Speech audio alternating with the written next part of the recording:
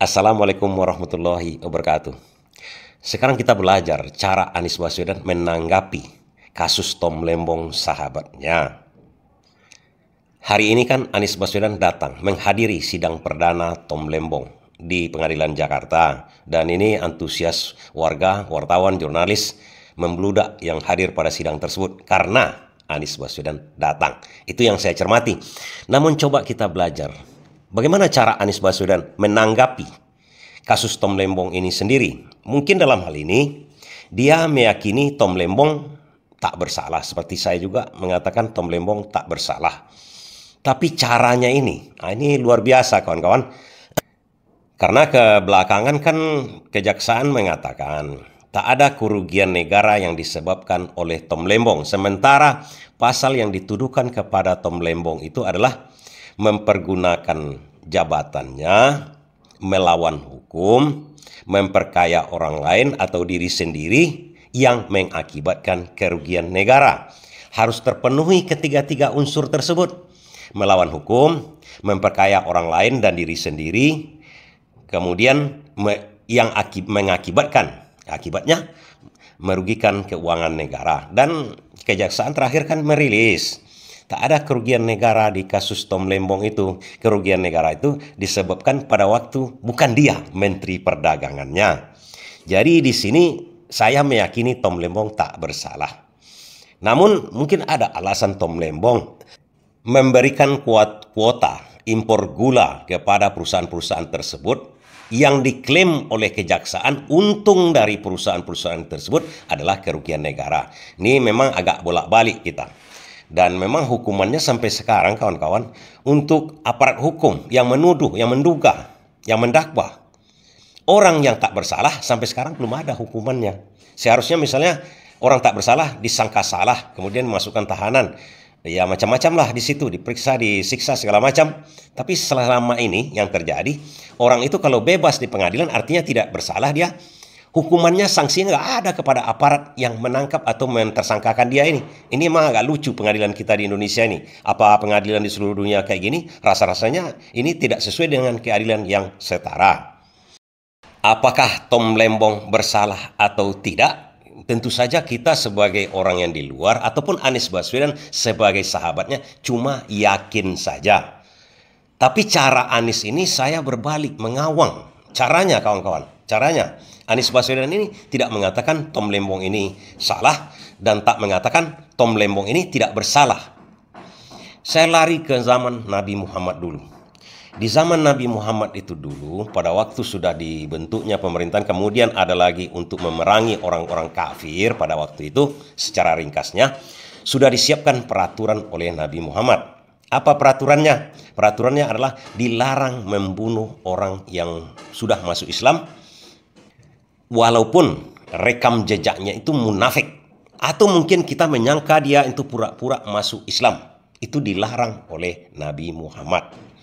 Peraturan itu baru-barusan dikeluarkan. Artinya orang yang bisa dibunuh itu diperangi. Waktu perang bukan zaman biasa-biasa. Waktu perang itu adalah orang kafir. Itu jelas. Orang musyrik di sini kalau dia mengaku sudah masuk Islam nggak boleh dibunuh, walaupun kita tahu dia musyrik sebenarnya. Kita menduga, yakin dia musyrik. Musyrik itu orang yang munafik segala macam. Nah, kejadian ada satu kali Umayyah bin Zaid. Ini sahabat Nabi yang cerdas, yang disayangi Nabi, kemudian sangat tangkas dalam berperang. Nah, ada musuh kebuyutan dia, orang musyrikin betul, orang-orang kafir betul. Berperang zaman dulu itu kan laga, seperti laga pribadi lah begitu kan. Kemudian udah terdesak dia, lawan dari Umayyah bin Zaid ini udah sampai di tanah, udah menunggu pedangnya aja lah, mau ditikamkan, mau ditebas lehernya oleh Umayyah ini. Artinya sudah dibawa dia, Umayyah di atas angin. Oke, mau ditebas, dia ucapkan la ilaha illallah Muhammadar Rasulullah. Tapi itu artinya kan sudah masuk Islam dia. Tapi tetap ditebas dihujamkan pedangnya oleh Umayyah bin Zaid ini ke dadanya sehingga dia meninggal. Rupanya dilihat oleh sahabat yang lain kan perang itu kan banyak itu duel satu-satu, tapi ini tengoknya dia sudah mengucapkan dua kalimat syahadat. Dilaporkanlah kepada Nabi hal ini. Sahabat yang lain ketakutan karena ini sahabat Nabi yang paling disayangi Nabi pada waktu itu kan, yang tangkas berperang. Kemudian dipanggillah oleh Nabi. Alasan Umayyah bin Said ini satu. Nabi, itu orang tak mungkin, itu dia cuma membela diri mengucapkan syahadat gara-gara saya mau menikam dia, memancung dia. Dia tidak ikhlas tuh, Nabi. Kira-kira begitulah kata-katanya seperti kita ini kan. Umayyah, kata Nabi, kamu tak tahu isi hati orang itu sebetul-betulnya. Bisa-bisa dia sudah memang ikhlas walaupun keadaannya seperti itu. Artinya aturannya seharusnya orang yang sudah mengungkapkan ikhlas tak ikhlas, dia mengungkapkan dirinya masuk Islam, tidak boleh dibunuh. Kamu tak tahu, kamu belah pun dadanya pun kamu tidak tahu. Dia dengan Tuhan yang tahu ikhlas dengan tidak ikhlas. Tidak bisa kamu memvonis dia itu dia tidak ikhlas, dia itu masuk Islam gara-gara mau kau bunuh. Tidak boleh. Umayyah katanya. Itulah kira-kira cerminannya. Cerminannya masuk kita ke yang tadi. Cara Anies belajar dari cara Anies Baswedan.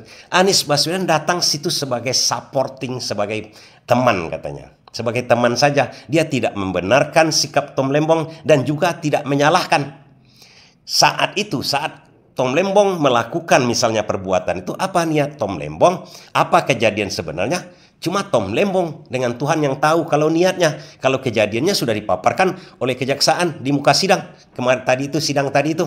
Dan nyata di situ sebenarnya tidak ada kerugian negara yang saya sebutkan tadi. Unsur melawan hukumnya ada. Kemudian memperkaya orang lain ada.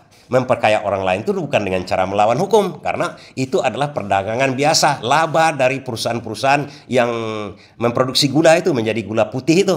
Itu diklaim oleh kejaksaan atau negara sebagai kerugian negara. Padahal itu bukan kerugian negara. Dan statementnya sudah dikatakan oleh Kejaksaan Agung bahwa tak ada kerugian negara pada waktu Tom Lembong menjadi menteri. Cuma yang bisa kita pelajari di sini, kenapa Tom Lembong harus juga menjalani sidang? Kenapa tidak di SP3-kan saja? Kita juga tidak tahu masalah itu. Yang kita pelajari cara Anies menyikapi hal ini. Ini sahabatnya. Nabi juga punya sahabat Umayyah, memang melakukan hal yang keliru, tapi Nabi menghargai dia. Anies Baswedan juga seperti itu. Dia menghargai Tom Lembong sebagai sahabatnya. Kalau Anies Baswedan tentu saja dia tak tahu apa niat Tom Lembong pada waktu mengeluarkan keputusan pada waktu itu. Kalau Nabi sudah dikatakan oleh Umayyah bahwasanya dia itu pura-pura masuk Islam itu Nabi. Nah, Nabi menyalahkan Umayyah. Umayyah, kenapa? Kamu tak akan tahu apa dalam hati orang itu. Apakah ikhlas dia masuk Islam atau tidak. Dia dengan Tuhan yang tahu, tetap disalahkannya sahabatnya tersebut. Belajar begitu maksud saya, belajar kita cara-cara menanggapi hal-hal seperti itu, bukan dengan cara-cara yang sebelah belum apa-apa sudah mau bongkar-bongkar ini, mau bongkar ini. Tidak, kita tidak tahu sebenarnya apa yang tidak kita ketahui. Wallahu alam bin shawab.